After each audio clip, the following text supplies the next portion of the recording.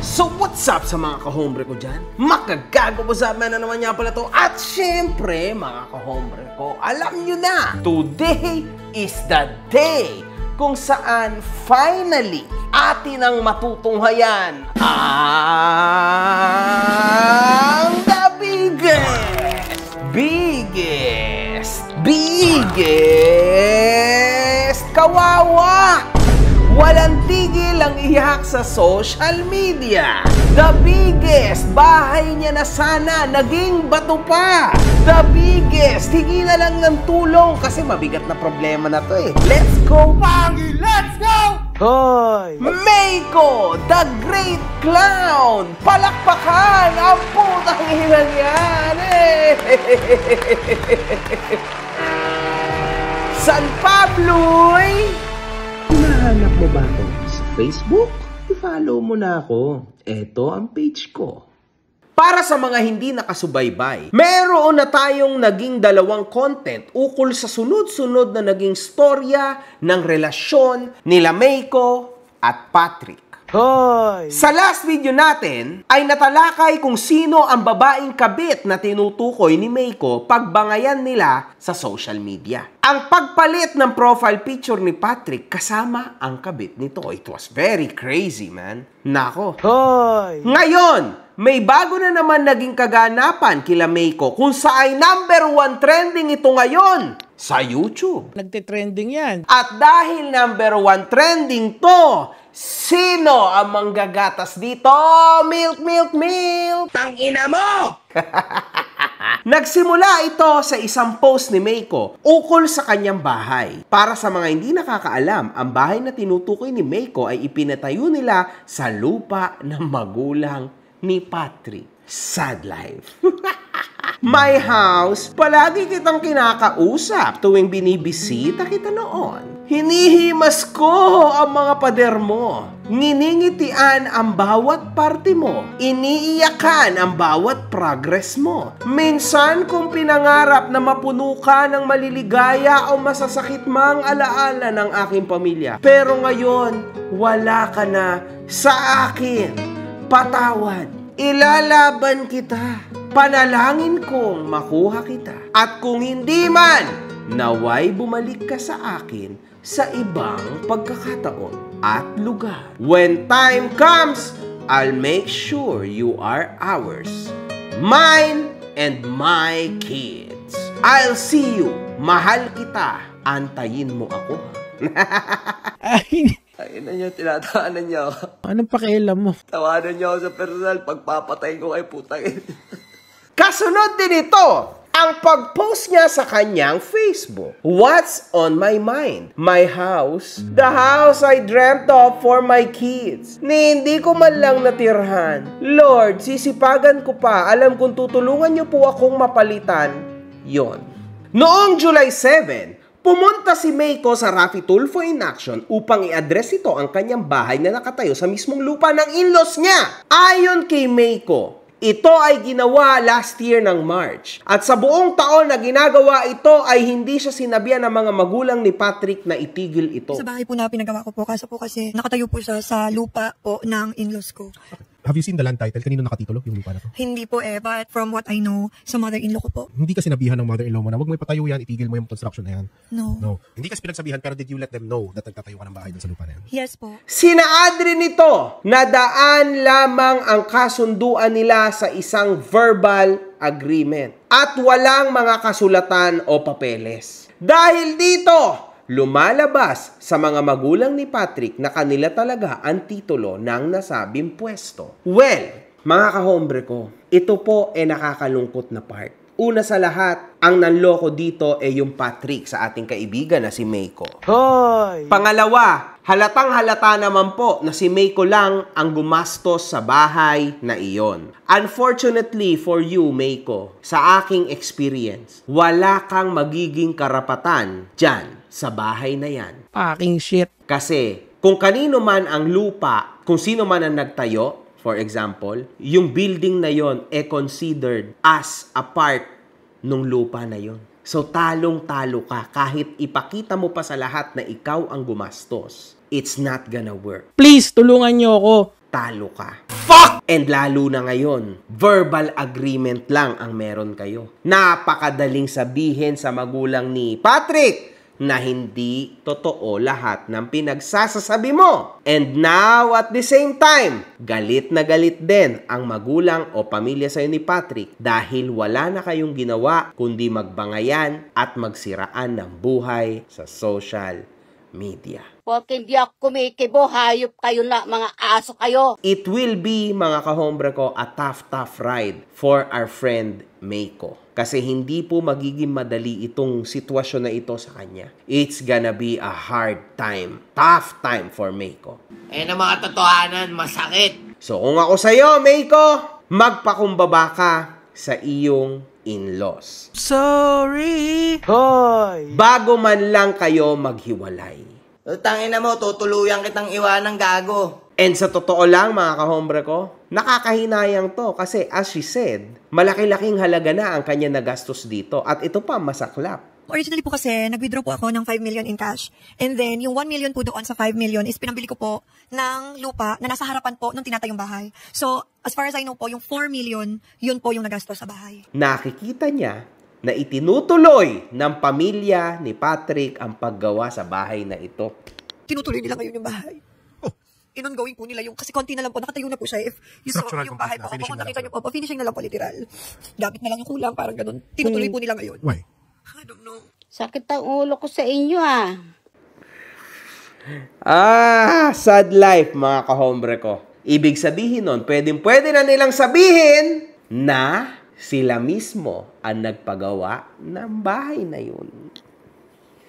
Wala kayong Diyos! Anyway, hindi niya na ina-expect na ang bahay na pinatayo niya matitirhan pa niya at ng kanyang mga anak, mga kahombre ko. Ang kanya na lang maibalik man lang yung nagastos niya sa kanyang bahay. Sabi rin ni Meiko na ongoing pa lamang ang proseso ng kanilang annulment ni Patrick. Nagawa na ring makipag-negotiate ni Meiko sa mga in-laws nito. Yung pagbili po ng lupa, sabi po sa akin ng sister-in-law ko, hindi daw po kaya ng mother-in-law kung pakawalan yung land. Kasi po, ginapang daw po nila yun, which is I completely understand. So sabi ko po, kahit ibalik na lang po sa akin, kahit pa konti-konti yung pinapagawa ko po ng bahay, kasi para mag-startan nyo kami. Kasi nga po, syempre, hindi naman po biro yung pinapagawa ng house. Wala daw po silang pabayad sa akin. Wow!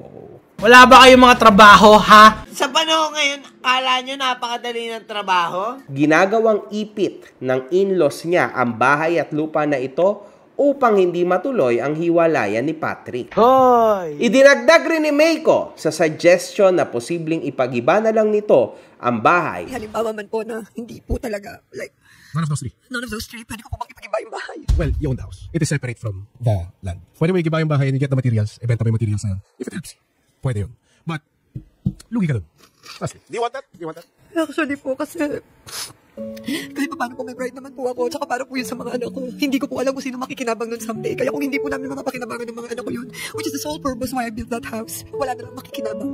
Gusto na lang niya sana ang ipagiba yung bahay na yon para at least naman walang makikinabang sa bahay na iyon. As long as I take you down with me. Which is, that's the best thing. Total naman, ginastosan mo, alam mo natapon pera na to, walang patutunguhan ang inyong diskusyon, di ipagiba na lang ang bahay. Eh kayo! Ha? Wala naman akong mansyon. Wala naman akong malaking bahay. Putang ina mo! Putang ina mo! Sa dulo ay humingi na lang ito ng tawad sa mga in-laws niya. Alam ko po, nasaktan ko po kayo. Dahil inatake ko po si Patrick sa social media, nagpadala po ako sa galit ko. I have no excuse. I'm very sorry po. Hindi ko po gusto saktan kayo. This is sad, man.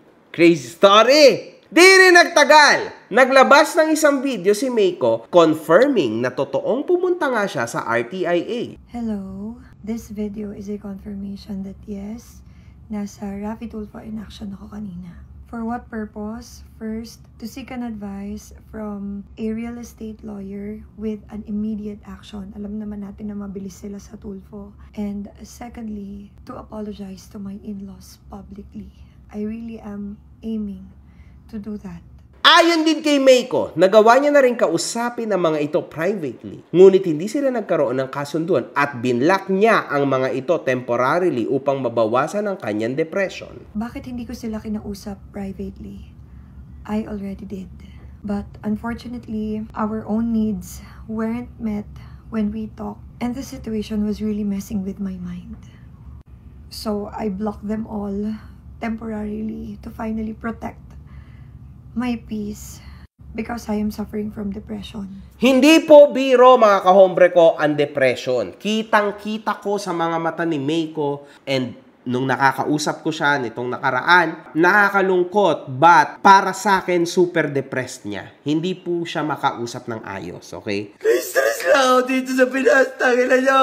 So, nakakaawa talaga tong tao na to. Unfortunately, sa kanya bumuhos lahat ng kamalasan sa mundong ito nung particular days na yon na nakamit niya tong gantong klase ng sitwasyon, no? Kung saan nanloko nga at nahuli niya yung Patrick. Hoy! Ngayon, mga kahombre ko, she's suffering big time. Yes, I am having meetings with a psychiatrist to further help myself. I admit that not all the time my mind is at peace. Most of the time, I do impulsive decisions and reactions without thinking due to extreme emotions. Halo-halo na eh. Sobrang sakit, sobrang galit. Wait lang, sorry. Ayoko na kasing umiyak sa inyo. Baka mamaya sabihin nyo, nagtadrama na naman ako. Sobrang lungkot. Kahit anong pagpapanggap ko na palagi akong malakas at matapang, aaminin kong mahina-mahina ako ngayon. This has been the hardest battle that I've ever fought. And I am dealing and living with my greatest fear and trauma since childhood. Lahat ng nangyayari sa akin ngayon ay ang lahat din ng mga kinatatakutan ko noon. I won't ask you to understand me why I did the things that I did, lalong-lalo na here on social media, lashing out here on social media. But I just want to tell you that this is my first time facing all of this, facing all of my fears. I didn't know what to do. I acted recklessly, didn't listen to most better advices. Kahit sa abogado ko minsan, ang tigas ng ulo ko. I am a complete mess. Minsan hindi ako makapag-isip ng tama. Kaya nga hinahayaan ko ngayon at tinatanggap ko ngayon lahat din ng mga panghusga. Muntik na ako mabaliw. And thank God for a very strong support system. My kids, my family, my friends. Kayo, I am still able to survive and fight. Legit yan, mga kahombre ko. Totoo yan because she actually needs professional help. Halata na yun. Sinabi ko rin ata yun, mga kahombre ko, nung last video ko. Grabe, mga kahombre ko. Dito makikita po natin na ang state ni Meiko ay napakapangit, mga kahombre ko. Tingnan niyo yung itsura niya. Sa daily niya na itsura, sobrang layo. At sobrang namayat po. Ang ating kaibigan na si Meiko, halatang sobrang lala na po ng depression ng tao na ito. I'm sorry, Meiko, pero sa tingin ko, magpa-psychiatrist ka rin muna sa tansya ko because you'll need this. Kasi masyado na mabigat yung dinadala mo. Alam ko na kailangan mo lumaban, no, para sa mga anak mo kasi wala namang mag-aasikaso, pero kailangan mo ring ayusin yung sarili mo kasi hindi ka makakaabante sa life mo kung ganito pa rin yung pag-iisip mo. Masyado ka nang na-damage sa puso't isipan. So you need professional help too. Seryoso yan, mga kahombre ko. Please encourage natin siya kahit sa comment section niya na magpa-check siya para at least maging okay at maging sustainable yung kanyang nafe-feel. Inaamin din naman ni Meiko na nasaktan niya emotionally ang mga in-laws nito.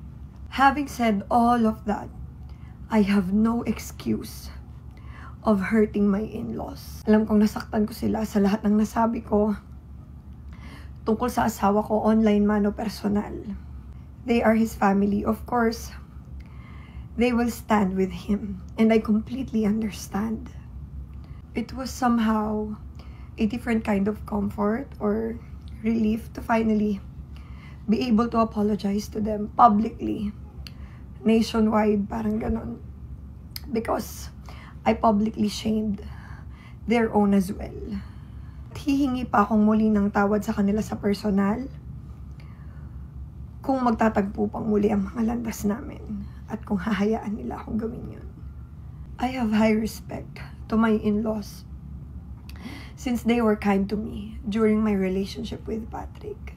Kaya ako po ay nagpapakumbaba at humihingi ng kapatawaran sa lahat po ng sakit na naidulot ko po sa inyo. Dinagdag niya rin na konti-konti niya nang tinatanggap na hindi niya na talaga makukuha ang bahay nila ng kanyang mga anak. Hindi po ako nagpapakumbaba ngayon or humihingi ng kapatawaran para makuha ko yung bahay ko.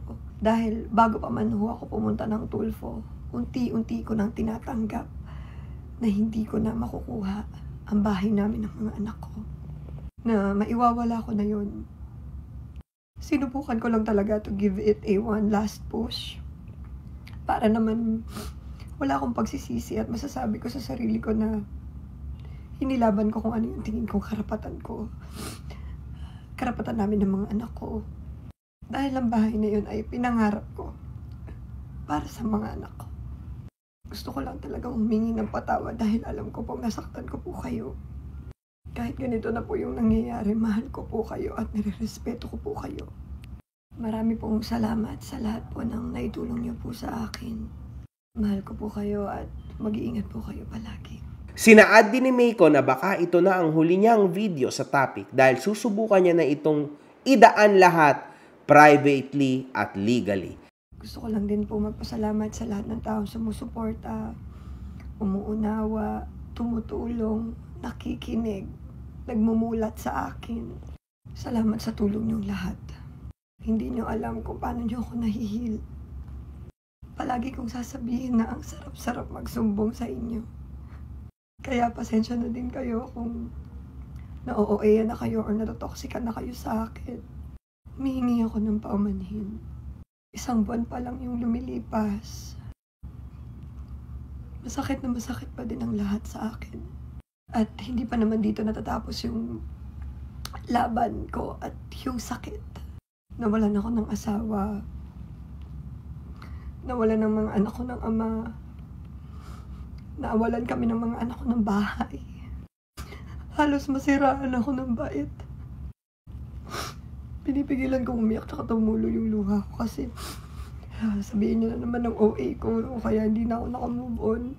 Pero gusto ko lang sabihin sa inyo na hindi naman kasi ganun kabilis maghihilom yung mga sugat, yung mga nangyari na halos dumurog sa akin. Bigyan niyo pa po ako ng konting time.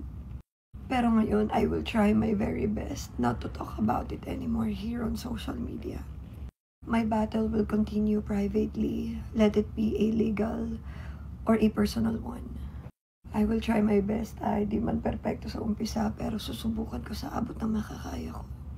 Maraming salamat sa inyong lahat. Alam niyo na yun. Patawarin niyo rin ako sa negative energy na na-spread ko dito sa social media. Pasensya na po.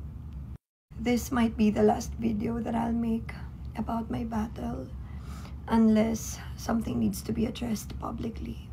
So, dito na nga ba natatapos ang tambalang Meiko at Patrick? Hoy! Huwag kayo nagtatatawa, putang ina nyo! So what? So fucking what? Sino ka ba? Baka yung bunganga nyo, madurog, mapabukaya ng mga kung anong kurimlam yan. Ngayon, mga kahombre ko, I feel sad kay Meiko. I really hope na maraming negosyo ang lumapit kay Meiko because she's in very much need of money and kahit papano boost or push sa kanyang pagkatao at sa kanyang sarili. Yan ang totoo! Kailangan niya ngayon ng mga tunay na mga kaibigan na kaya mag-motivate sa kanya to move forward. Totoo naman yun. May mga ibang tao akong nababasa sa YouTube na pinagtatawanan si Meiko. Tama ka na, Meiko. Sobrang arte mo na, lahat na lang. Mga kahombre ko, unfortunately, karamihan sa atin ay hindi pa nakakaranas ng depression. Putang ina nyo! Kaya nyo yan nagagawa o nasasabi. Tangina nyo, ano ba yung postpartum na yan? Ba't nabuo yan salitang yan? Kasalanan mo lahat yan, Yoshike. Ponyeta ka. Putang ina nyo, di kami rin, meron. Pero legit, kapag once na na-experience nyo yung ganyang klase ng depression, legit yan mga kahombre ko, ganyan talaga nanginginig, kung ano-ano nang papasukin, iyak ng iyak, ang gulo ng emotions, minsan nangisi, minsan naiyak, ang gulo talaga mga kahombre ko, totoo talaga yan. That's why kailangan niya nang pumasok at makipag-usap sa professional na psychiatrist. She needs professional help kasi hindi niya na kaya. Sasabog na po ang utak ni Meiko. I feel sad for her. Sana, Patrick, Hoy! pagbayaran mo lahat ng pinaggagawa mong kasalanan. Kasi I can finally attack you with full force. And sana, Patrick, kung ikaw ay lalaking talaga, pilitin mo na lang ang magulang mo na ibigay na yung lupa na yon kay Meiko. Tutal naman, para rin yon sa mga anak nyo. So mga kahombre ko, meron tayong naging konting pahabol, no? Kung saan nag-post po ang kapatid nitong si Patrick Bernardino. Hoy! Kung saan, ang sinabi po nitong kapatid niya, I am the sister of Patrick Bernardino and I want to reach out that he is missing. He's been missing for 19 days ever since he went somewhere away with Ate Meiko. When Ate Meiko took you with her to the condo, we have not seen you since. Due to Ate Meiko's negligence, you went missing. We are worried for you. My siblings have been worrying, trying to find your whereabouts. My mother has been crying, worrying for you. We all wish you come back home. Please help us search for him. Siyempre mga kahombre ko, nung nakita natin to, nag-post ako, kapatid ni Patrick, hinahanap ang kuya niya. Mga kahombre ko, nawawala daw yung asawa ni Meiko ilang araw na. Tulungan natin ito, but ayon sa mga comments, medyo masaklap to. Pukin ang ina nyo. Huwag naman sanang napasama sa taal. Malilinis masyado budi nyo ah. Due to Ate Meiko's negligence, you went missing. Ano yan, toddler?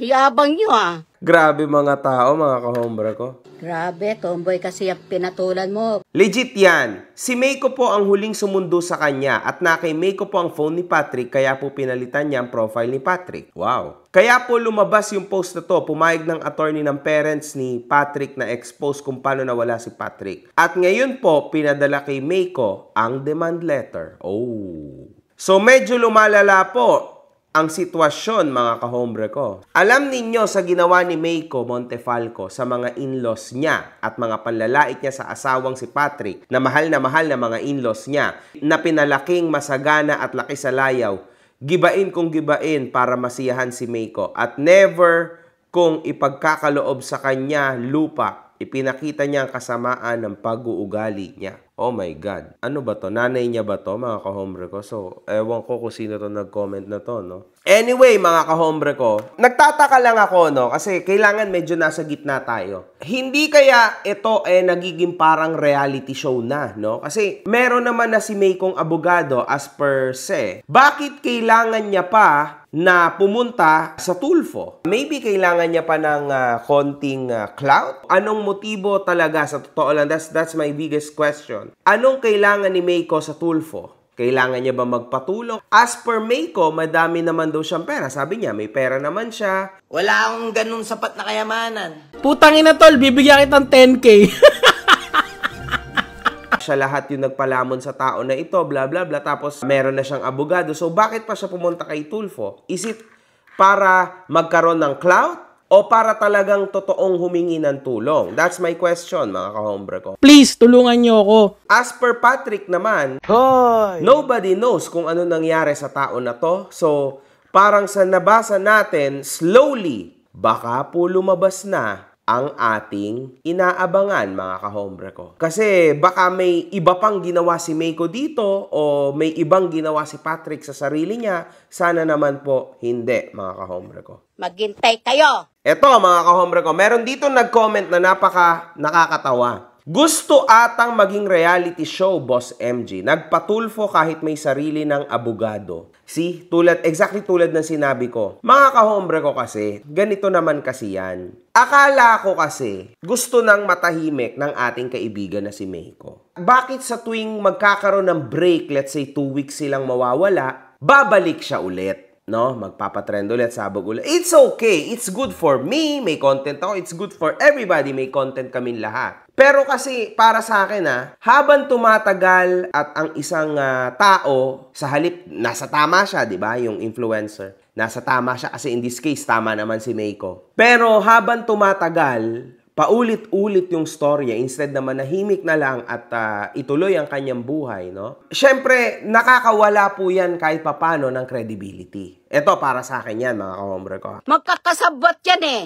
Yung MG na yan. Kaso lang kasi, sa isang banda, sa bagay, asawa niya eh. So, siyempre, marami silang kung ano-ano together. So, medyo tough nga. Kaso ang isa kasi sa sitwasyon dito, tahimik na tahimik tong Patrick na eh. Hoy! He doesn't talk anymore. So kung sa akin lang, no, mas maganda kung tumahimik na lang din si Meiko at isolve na lang talaga nila to, tulad ng sabi niya, privately at sa korte. Alam mo, magandang gawin mo, umuwi ka na lang, tol. Kasi at the end of the day, wala na eh. Nagkasiraan na kayo ng todo, wasak na tong tao na to. I think that's it, man. Alam niyo yun, hindi na to kailangan na umabante pa ng umabante as per Attorney Garrett itself din. So sa tingin ko, mas okay na, tama na to. So, ayun pa, may isa pa nga nag-comment na kesyo, hindi daw si Patrick, kundi si Meiko ang nagbago ng profile picture na nag-trending. So, ang dami na pong mga kung ano-anong haka-haka ngayon, no? Abangan na lang natin ang susunod na kabanata, tulad ng